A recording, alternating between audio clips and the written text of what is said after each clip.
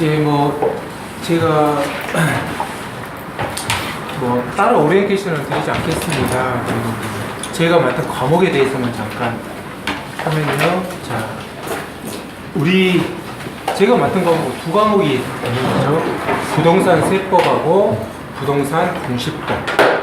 그런데 과목은 두 과목이지만 여러분이 시험을 보실 때는 한 과목으로 채점이 된다는 거죠. 그러니까 거기에 대해서만 잠깐 언급을 해드리면,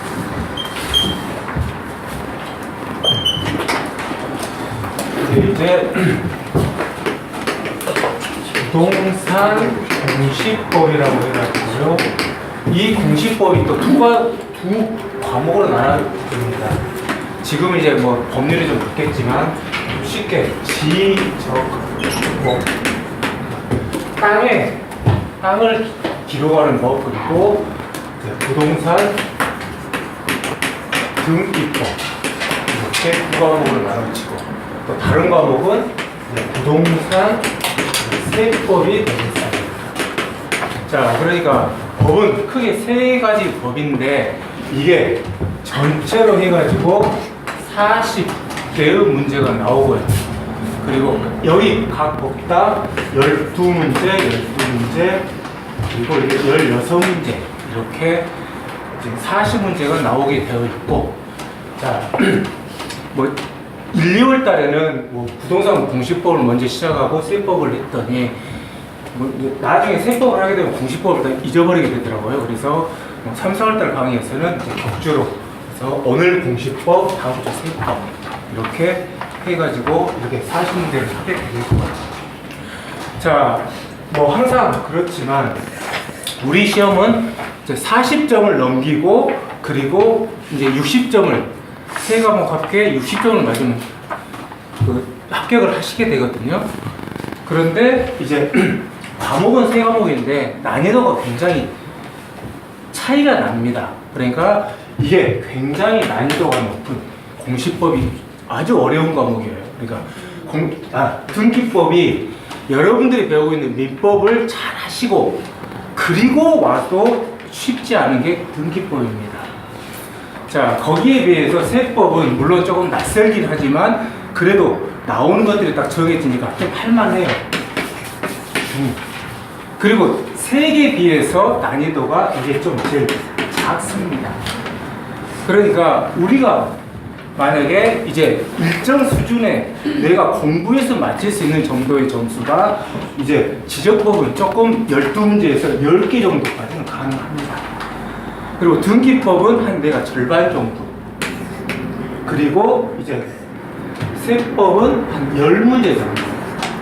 그러니까 이제 내가 공부해서 조금 합격할 정도 수준이 되면 이제 우리가 이거 합해서 26점이 되는 거죠. 그래서 이제 이 26개 문항을 맞추는 거. 그러니까 64, 24, 한 65점. 그런데 정작은 이 점수가 좀 잘 안 나와요. 목표치니까.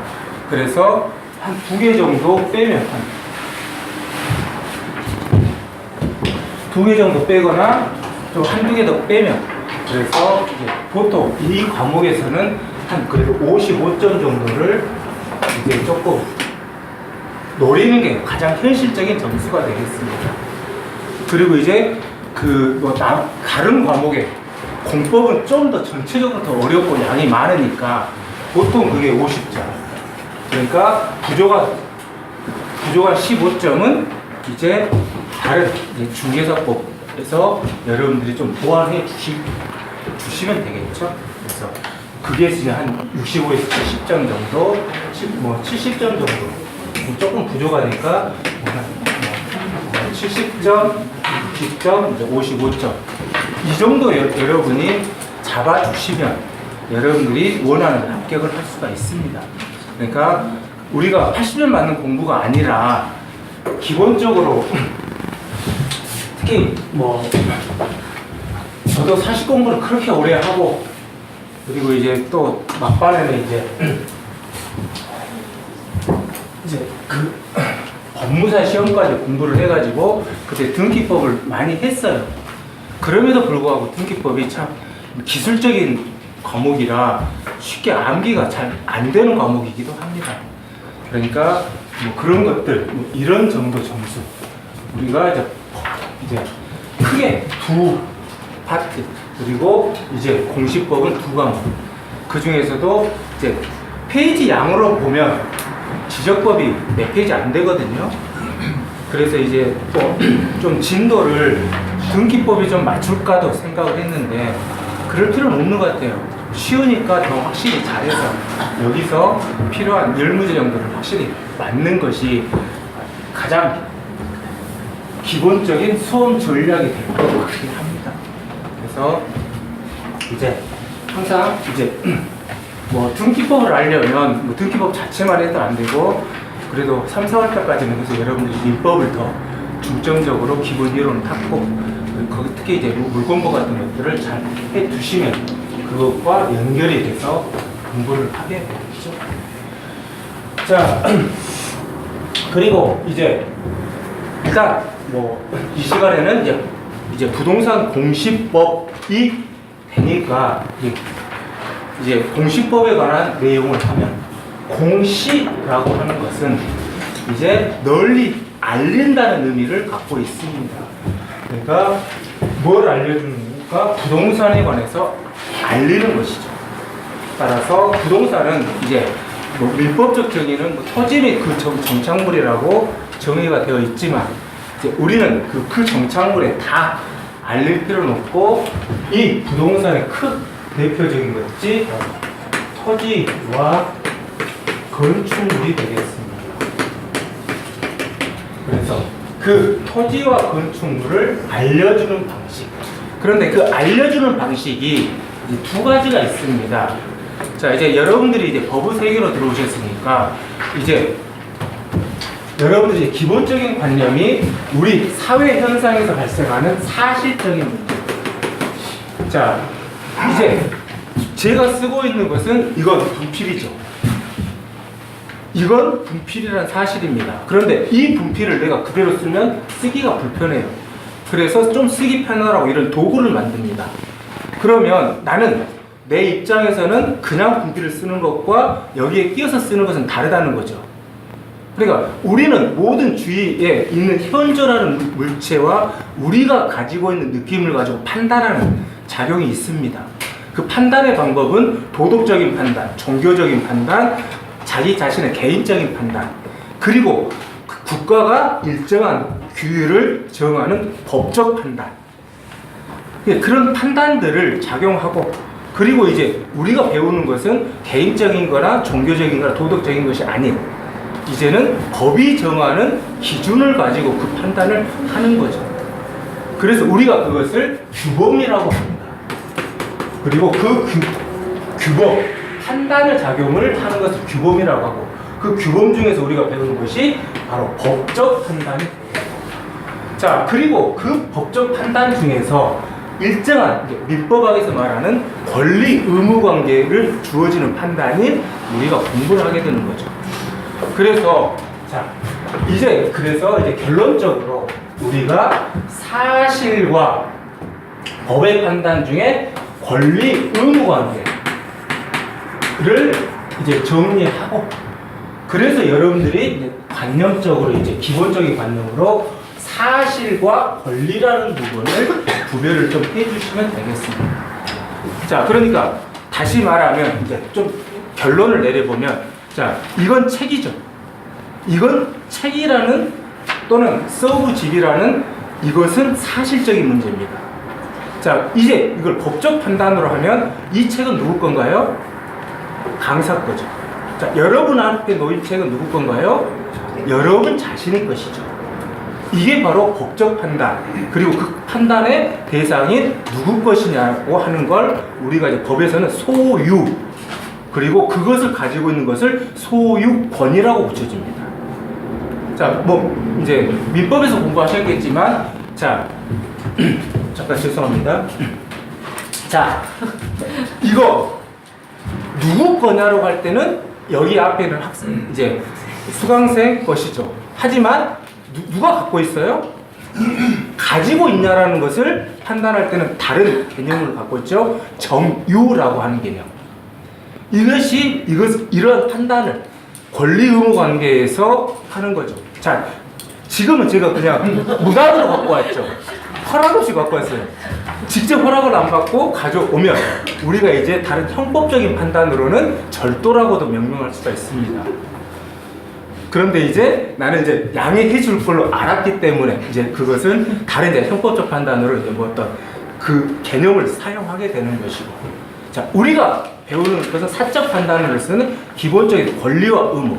그러니까 내가 정식으로 이것을 사용 허가를 받으면 내가 이제 그것에 따라서 뭐 민법의 내용이긴 하지만 이제 돈을 주고 빌리면 우리는 그걸 임차 관계라고 하고 돈을 주지 않고 빌리면 사용 관계라고. 사용에 따른 권리 의무 관계. 임차료를 준 것에 따른 임차 권리 의무 관계. 그렇게 명칭을 부여하는 거죠. 자, 왜 이걸 장황하게 설명하냐면, 자, 공시는 그러니까 두 가지 측면이 있다라고 하는 거죠. 사실적인 측면을 알려주는 사실의 표시적인 측면이 있고, 권리적인 측면을 나타내주는 권리적인 측면을 나타내주는 것이 있다라는 거죠. 자, 그래서 아까 우리가 공시에서 부동산 공시법은 크게 이제 공간 구축 및 뭐 그 관리에 관한 법률로 이제 명칭이 바뀌었지만 좀 더 쉽게 그냥 지적법이라는 파트와 아까 부동산 등기법이라는 파트로 나눈다고 했었죠. 자, 이게 나타내 주고자 하는 목적이 두 가지 방법이 좀 다르다는 겁니다. 바로 지적법은 바로 사실적인 측면에 중점을 두고 알려주는 데 중점이 있다면, 등기법은 누구 것인지를 알려주고 누구에게 권리가 있는지를 알려주는 권리적인 측면에 중점이 있다는 거죠.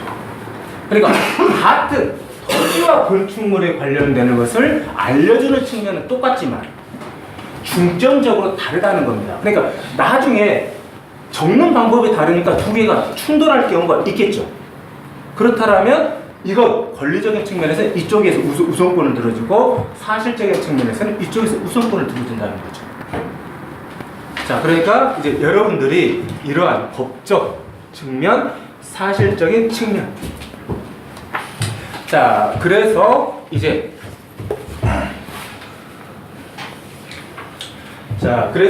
우리가 자꾸 이제 벗어나서 좀 이제 죄송하긴 한데 사실적인 측면을 나타내는 사실관계, 권리관계를 나타내는 권리관계를 나타내고 있다. 자, 그래서 이제 이거 들어와야 되겠네.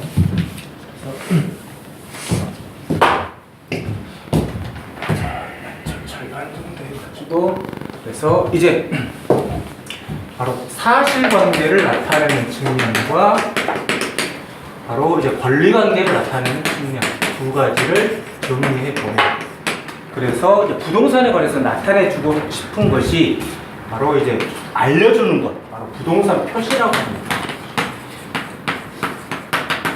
알려주고 싶은 것, 그리고 그것이 이제 아까 토지와 건축물이라고 했죠. 그것을 토지와 건물.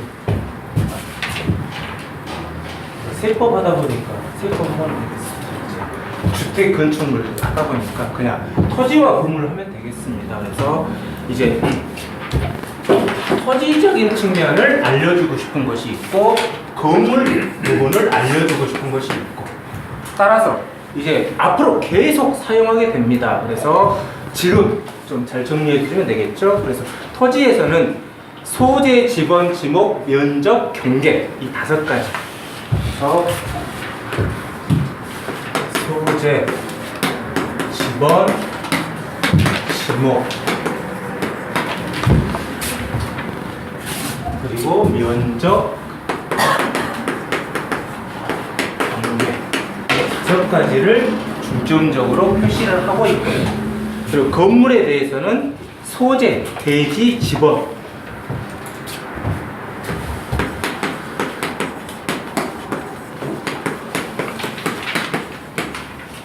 소재, 대지, 지번, 그리고 무엇 어떤 종류인지 종류, 구조, 면적.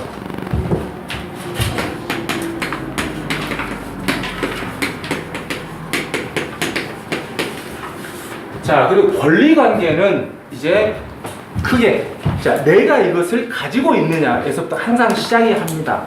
그래서 이제 그 권리관계는 이제 소유권을 바탕으로 항상 그게 기준이 되고, 이제는 그 소유권을 바탕으로 하는 소유권 이외의 권리가 나오게 되는 거죠. 자, 그래서 아까 우리가 잠깐 언급했던 빌릴 수 있는 임차권, 그리고 이제 뭐 다른 이제 뭐 물권법에서 말하는 뭐 지상권, 지역권, 전세권, 또 질권, 저당권 등 그런 것들이 이제 소유권을 바탕으로 해서 나오게 되는 거죠. 그래서 자, 이 소유권 이외 권리는 당연히 소유권을 전제로 해서 파생되는 권리가 나오겠습니다. 자, 이러한 사실관계 권리관계에서 아까 우리가 설명한 대로 지정법은 바로 이제 이러한 사실관계에 중점이 두어지고 있다라고 하는 것이죠. 그래서 바로 이러한 지정법에는 우리가 이제 뒤에서 공부하겠지만 각종 대장, 그러니까 토지 대장, 임야 대장, 그 대장 두 가지가 있고, 또 각종 도명, 그래서 이것을 바탕으로 하는 이제 지적도 의미하고 이런 것. 그래서 우리가 이제 이것들을 도면이라고 하고 이것을 대장이라고. 자, 뭐 그래서 이런 것들이 이제 하고 여기서 또 파생되는 몇몇 가지의 이제 도면들이 있는데 이 정도. 자, 그리고 이제 이러한 것에 대해서 이제 이것은 이제 사실에 중점을 둔 거라면 이제 지정법에서는 권리에 중점을 두는 게 있는데 지정법에서는 아까 사실에 중점을 두다 보니까 권리에 대해서는 다 표시하지 않고 바로 소유자만 인정을 소유자 표시밖에 하지 않습니다. 자, 거기에 비해서 등기법에서는 이제 이것에 비해서는 이제 등기법에서는 이제 사실의 표시는 이제 나오고 이제 여기서는 이제 권리를 중심으로 표시하고 있게 되는 것이죠. 그래서 이러한 것들의 차이가 있다라는 것. 그래서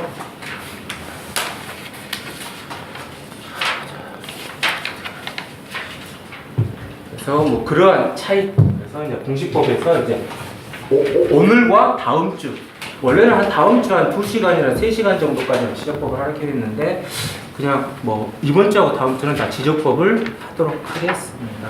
그래서 뭐 그러한 내용. 뭐 대장으로 하나 더 추가가 된다면 이제 우리가 뒤에서 보겠지만 뭐 공유, 여러 사람이 갖고 있을 때 공유지 영명부가 있고 또 아파트 같은 경우에도 표시하기 위해서 대지권 등록부들이 있고요.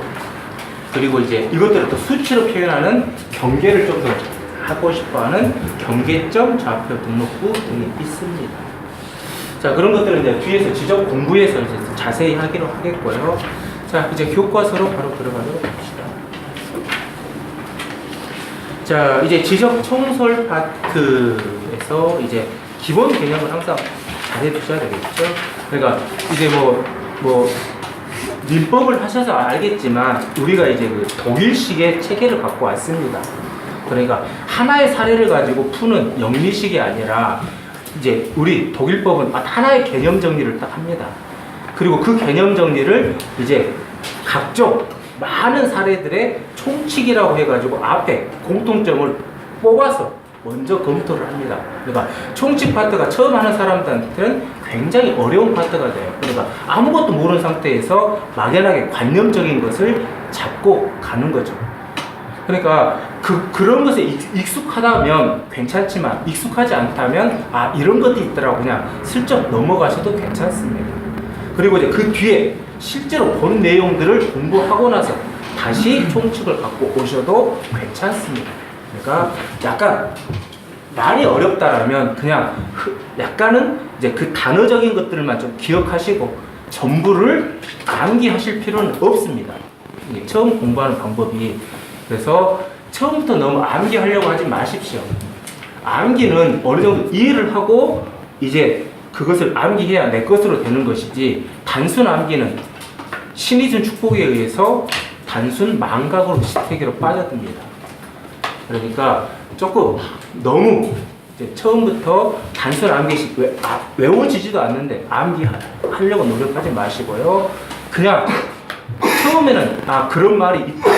그리고 그런 말은 뭘 뜻한다 정도로 좀 공부를 해 주시고 그게 이해된 후에는 그때 시험장에서는 이해 갖고는 안 되니까 그때는 좀 암기하도록 노력하셔야 되겠죠. 방법이. 근데 이제 나는 IQ가 너무 좋아서 단순한 게 그거 아무것도 아니야 라는 분들에게는 그런 분들이 듣기 쉬우면 그렇게 하셔도 되겠지만 근데 모든 사람들이 그런 특별한 사람은 아니잖아요. 그러니까 먼저 처음 단어가 낯서니까 단어를 좀 기억하시고 그리고 그 단어가 뭘 뜻하는지를 해 주시고 그래서 이제 지난주에 좀 원장님하고 좀 얘기를 했는데 원장님 방식은 여러분들이 알아야 할 단어들을 미리 한 장으로 나눠 드렸더라고요.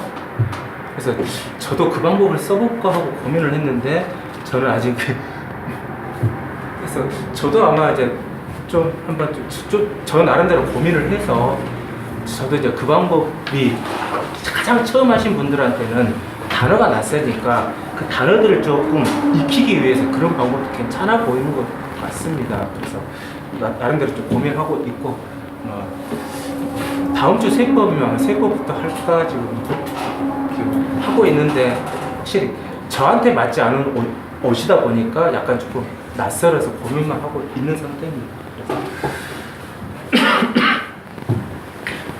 옛날에 원장님이 세법에 관련된 것을 만드신 게 있다고 해가지고 일단 그거라도 조금 안아드리자고 말은 했는데 자 그건 이제 부차적으로 다음에 할 내용이 되겠고요.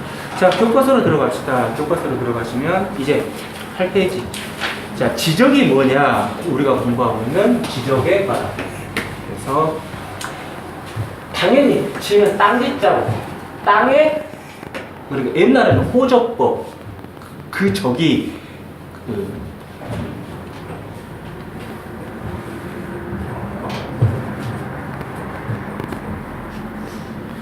그 적이 기록한 땅에 관해서 기록한 것을 말하게 되겠죠. 자, 왜 땅에 관해서 기록할까요? 바로 국가의 통치권이 미치는 토지를 관리하기 위해서 쉽게 말해서. 자, 그래서 통치권이 미치는 모든 영토를 필지 단위로 구획하여 토지의 표시와 법적 권리 관계들을 등록 고시하는. 자, 일단 쉽게 말하면 국가가 그 땅을 관리하기 위해서 알고 있어야 되죠. 그래서 그렇게 해서 필요에 의해서 땅에 관한 장부를 만들어 놓는 것. 그렇게 이해하시고 넘어가면 되겠죠. 자, 그래서 그러한 지적에 이번에 이제 그 세 가지 가장 필요한 게 있습니다. 따라서 이제 땅이 있어야 되겠고 그 땅을 이제 그러한 장부에 바로 올리는 게 있겠죠. 그래서 토지에 도표 보시면 그 3대 요소라고 이름이 지어지고 있습니다. 그래서 토지가 있고 장부가 있고 그 장부에 기록하는 것 그것을 등록이라고 하고 그러면 그 등록이 마음에 안 든다 그렇다면 그것을 다시 이의 신청하는 방법도 있겠죠. 그래서 그런 것들이 관련된 내용들을 우리가 앞으로 이제 2주 동안에 공부하게 될 내용이 되겠습니다. 그리고 그렇게 만들어만 놓으면 국가가 자기만 보면 의미가 없겠죠. 그래서 우리가 보는 공시법은 바로 일반에게 공개되는 방식으로 열람하고 어떤 서류가 필요하면 그 서류를 교부하고 그래서 그러한 것들이 이제 바로 지적과 관계된 내용들이 되겠습니다. 자, 그래서 우리가 두 가지 사실과 이제 권리관계 측면이 있는데 지적법은 사실관계적인 측면에 더 중점이 있다. 그래서 바로 토지를 표시하는 관계, 건물을 표시하는 관계. 토지에 대해서는 소재, 지번, 직업, 면적, 경계 또는 좌표라고도 이름을 하게 되겠고요. 그리고 이제 지적법은 사실에 중점을 두다 보니까 권리관계에 대해서는 소유관계, 소유자만 표시합니다. 자, 앞으로 계속 사람이 나오면 그 사람이 동명이인도 굉장히 많죠. 그러니까 그 사람을 알 수 있게 성명, 주소, 주민등록번호 이건 세 개는 한꺼번에 같이 항상 묶어서 생각하십시오. 그래야 동명이인과 구별되는 그 사람만의 그 고유로 인정할 수가 있게 되는 거죠. 그러니까 이제 주소와 주민등록번호가 그러한 것을 구별하기 위해서 그래서 사람이 나오면 항상 따라온다. 성명, 주소, 주민등록번호 이것을 같이 생각해 주시고 자, 이것들은 모든 법에서 같이다. 특히 부동산 등기법에서도 똑같이 적용이 되니까 기억을 해주시면 되겠죠. 자, 토지. 자, 토지는 우리 이제 법의 세계로 들어왔으니까 이제 뭐 간단히 하면 우리 법의 가장 꼭대기점에 있는 것은 헌법입니다. 그리고 헌법의 상권 분립을 통해서 법의 권한을 위임받은 입법부가 법을 만드는 것을 우리가 법률이라고 이름을 해줍니다. 그리고 이 법률에 의해서 대통령 등 행정부 등이 만드는 것을 행정규칙 그리고 다시 법률에 의해서 순천시장, 순천시 의회에 위임하는 것들이 있습니다. 그래서 행정부가 만든 것을 행정규칙 뭐 아마 공법에서 다 공부하실 거예요. 기본 내용들이요. 그리고 그 자치법규 뭐 시장과 시의회가 만드는 것. 그래서 우리는 헌법과 법률과 이런 이게 하위 규칙 뭐 대법원 규칙도 당연히 마찬가지입니다. 크게 말하면 이런 규칙에 포함이 되는 거겠죠. 자, 그래서 기본적으로는 바로 법률에서 모든 걸 정하지만 법률에서 다 정할 수 없으니까 그 일정 부분들을 하위법에 위임하는 관계가 있습니다. 그래서 이러한 위임 없이 그냥 여기서 만들면 그것들은 다 위법, 위헌이 되는 거죠. 그러니까 뭐 우리가 뭐 뉴스 같은 데서 뭐 헌법에 위반됐다라고 하는 것이 헌법이 한 나라의 가장 기본적인 틀을 잡아주는 것이고 그 틀 속에 법률과 하위법규들이 맞냐 틀리냐를 따지는 것이고 따라서 밑에 있는 것을 위를 거슬릴 수가 없게 되는 거죠. 그래서 그러한 관계에 있어서 법률과 그러한 관련 행정규칙이 우리가 그래서 이제 부동산 등기법은 뭐 대법원 외규 같은 것들 그리고 지적법에서는 그러한 국토부 장관의 뭐 규칙 같은 것들이 이제 앞으로 우리가 공부하게 될 내용이고 중점은 법이기 때문에 이 법률을 중심으로 공부하시면 되겠습니다. 자, 뭐 이제 토지 하나가 있는데 바로 토지. 자, 헌법은 국가와 국민을 규율하는 법이고 국가의 기본적인 것은 영토가 되겠죠. 따라서 우리 헌법에는 한반도와 그 부속 도서를 한다고 되어 있습니다. 헌법상에 대한민국의 영토는 어디예요? 두만강, 압록강 이렇게 해서 독도, 울릉도, 독도, 제주도, 정선들. 헌법상의 대한민국 영토는 여기입니다. 그러니까 북한 지역 역시 당연히 헌법상의 대한민국 영토가 되는 거죠. 하지만 이제 판례에 의해서 우리의 현실적인 정치권이 미치지 못하기 때문에 잠정적으로 제한이 되고 있다는 것. 이게 이제 법적인 기본이 이론이 되겠죠. 어찌됐든 헌법상의 대한민국 영토, 즉 한반도와 그 부속도서이지만 실질적으로는 이제 북한 지역은 이런 통치권, 정치권이 미치지 못하기 때문에 휴전선 이해한 지역만 지적 등록의 대상이라고 할 수 있다. 자, 이제 영토이기 때문에 우리가 뒤에서 배우고 있는 우리가 이제 한 나라의 국가는 영토, 영의 영공으로 나오고 있습니다. 우리가 영해는 바다를 말하는 거죠. 그러니까 지정법에서 생각해 두실 것 바로 바다는 우리가 생각하실 필요가 없습니다. 바다는 땅이 아니기 때문에 이제 우리가 이제는 지정법에서 이제 이러한 것을 장부로 만들지 않는다는 것이죠. 자, 이런 기본 개념을 가지고 시작해 주시면 됩니다.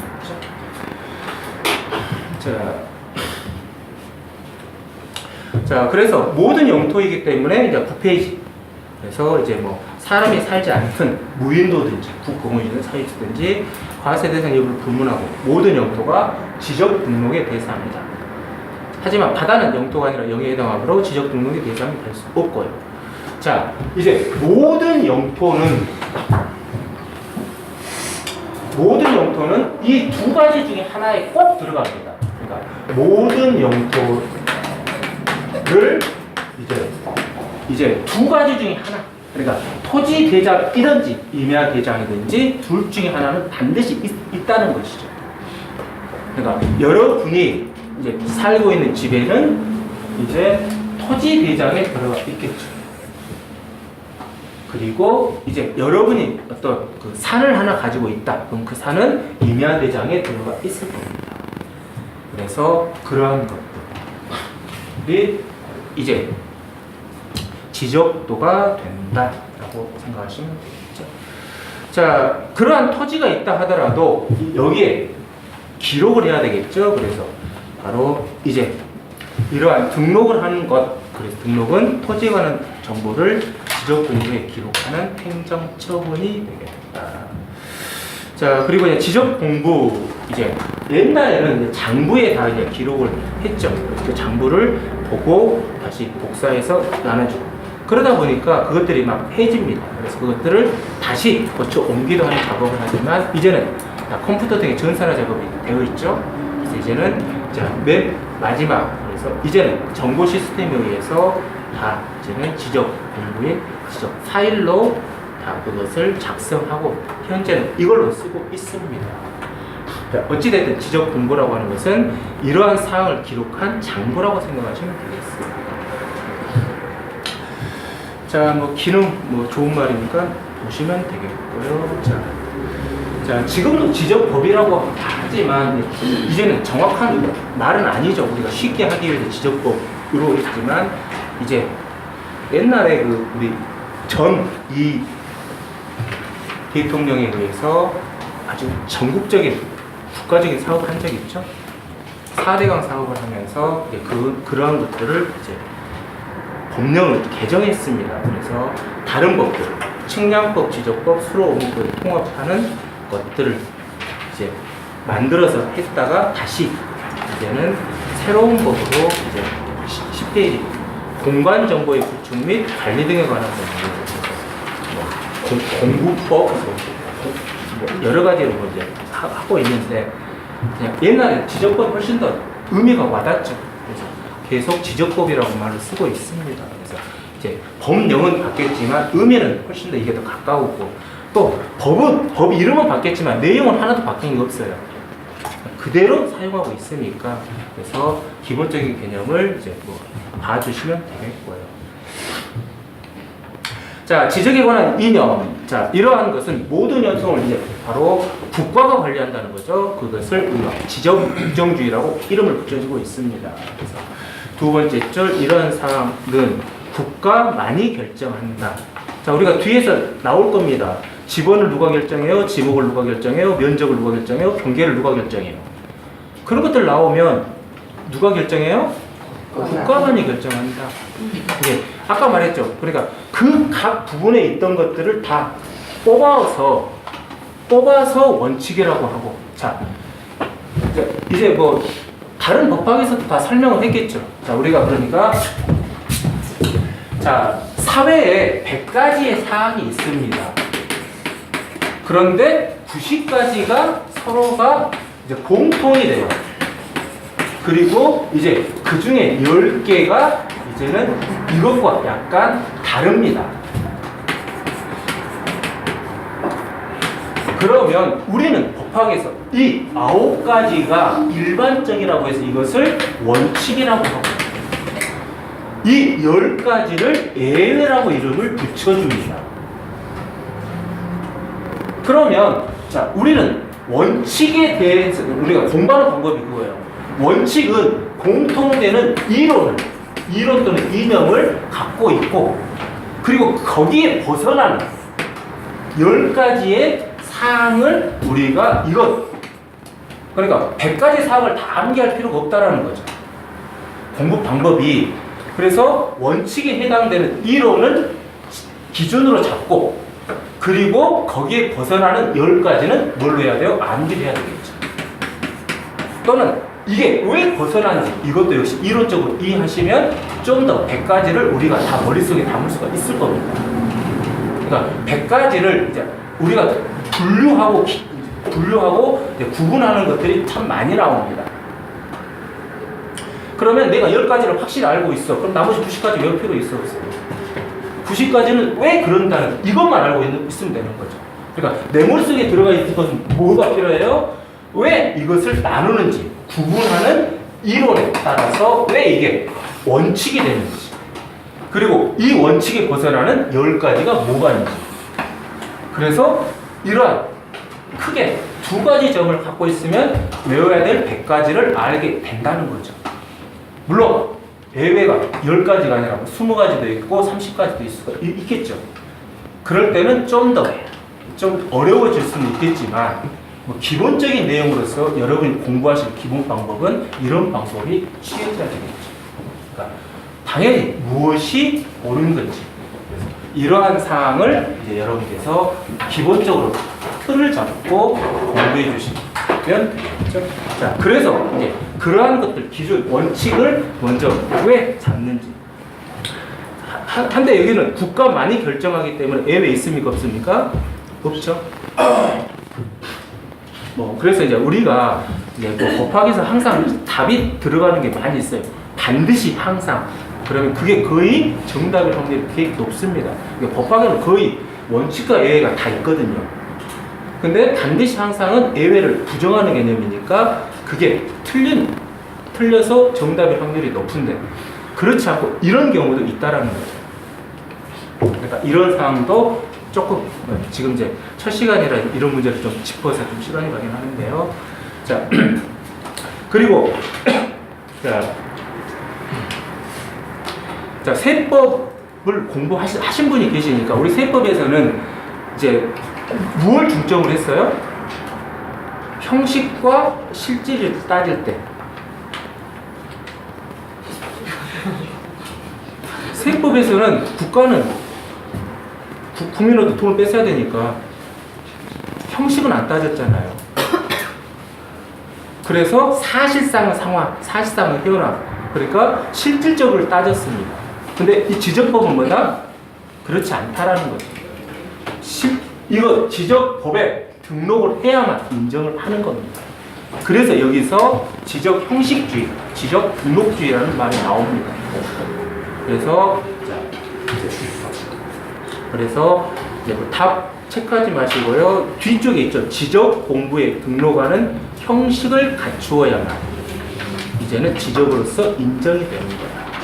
그러니까 약간 법마다 자 지금 10페이지 지금 2의 양가로 2번 두 번 좀 뒤쪽 질문하고 있습니다. 그러니까 법이 항상 왜 이것을 만드는지를 항상 그 관념을 잡고 이게 세법은 돈을 거두기 위해서 어떤 방식으로든지 돈을 거두기 위해서 생각하는 거고 지적법도 그러한 이념에 부합하는 측면이 있습니다. 자, 하지만 좀 더 이제는 관리가 필요하니까 반드시 지적에 있는 것을 전제로 한다라는 것. 그래서 자, 지적은 국가가 정하고 이러한 지적 공부에 등록해야만 인정이 되고. 자, 좀 등기법에서는 또 다르죠. 민법을 배우셨으니까 민법의 법률행위와 법률의 규정에 따라서 법률의 규정에 따라서는 등기부에 등록을 해야만 인정되는 형식주의를 취하지만 상속 같은 경우에는 등기를 하지 않아도 피상속인 사망함으로써 이제 그 세상에 없는 분이고 상속인이 상속하는 거니까 등기 하나도 안 해도 인정되는 거죠. 그런 것들을 우리가 이제 이름을 붙여주는 겁니다. 그러니까 그 이름을 왜 붙였는지를 여러분께 잘 생각해 주시면 그것들을 굳이 암기하지 않아도 되는 거죠. 오히려 암기는 그 암기로 끝나버리면 오히려 더 실수할 수가 있게 되는 거죠. 그러니까 제가 처음 말했듯이 법과 사실, 사실적인 측면과 권리적인 측면, 그리고 또 하나 내용적인 측면과 형식적인 측면. 쉽게 생각하면 돼요. 자, 우리가 결혼을 옛날에는 결혼 혼인식을, 그러니까 신랑이 신부 집에 가서 혼인을 하면 그건 혼인으로 인정이 됐습니다. 그러니까 혼인이라는 형식을 또는 혼인하고 살면, 아까도 크게 보면 형식이겠네. 자, 하지만 이제 국가가 그것을 이제 관리하면서 호적부, 그러니까 지금 가족관계 등록부에 등록을 해야만 인정이 되는 거죠. 그러니까 아까 신랑이 혼인식을 하고 거기 살면 혼인 인정이 됐던 실질주의라면, 지금은 이제 혼인 신고를 해야만 혼인으로 인정이 되고 그냥 살면 우리는 그것을 혼인이 아니라 동거라고 다른 이름을 붙여주는 거죠. 그러니까 기본적으로 내용이 항상 형식과 실질 또는 내용과 실질, 내용으로 따지느냐 아니면 어떤 했는 하는 걸로 따지느냐, 이제 그게 바로 법을 배우는 가장 기본적인 두 가지 분류법의 가장 기본이 됩니다. 이건 뭐 민법에서도 마찬가지고 뭐 우리 다른 모든 법학에서 하는 거니까, 그래서 여러분들이 이제 법의 세계로 들어왔으니까 그 관계, 사실적인 측면과 법적인 판단, 규범적인 측면, 그리고 우리 민법학에서는 권리적인 측면, 그리고 사실, 그러니까 내용과 실질, 같은 말을 계속 반복하네. 그래서 형식과 실질을 두 가지를 구별을 해 주시면 되겠고, 그래서 그리고 이렇게 만드는 방법은 국가만 알고 있는 것이 아니라 모두가 알게 하기 위해서 지적 공개 제도를 두고 있죠. 자, 그리고 그러한 사항은 이제 단순하게 그것을 기록하는 것으로만 끝이면 안 되니까 그것이 정확해야 되죠.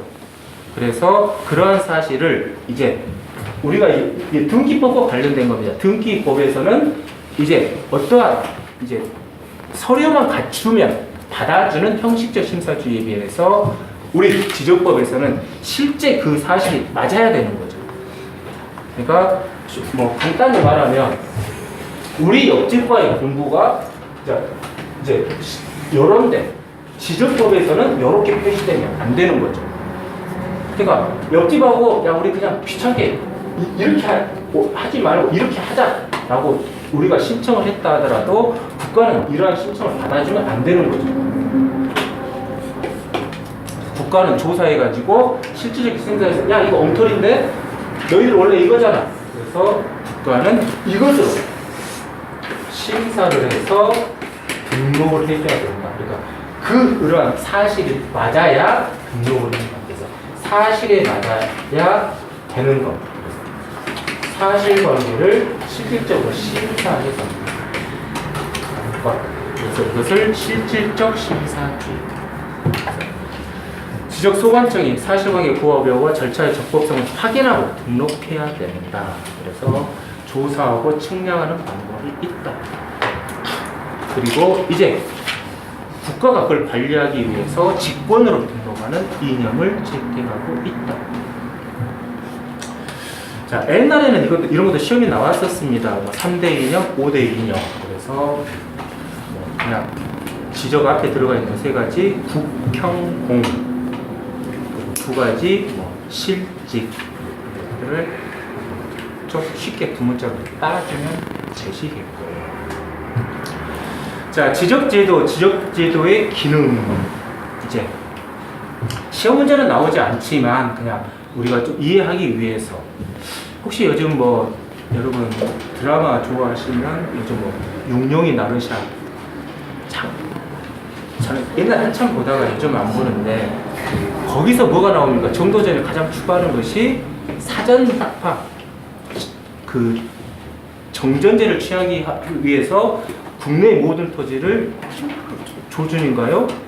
그거 실사하는 거죠. 왜 그렇게 하는 거죠?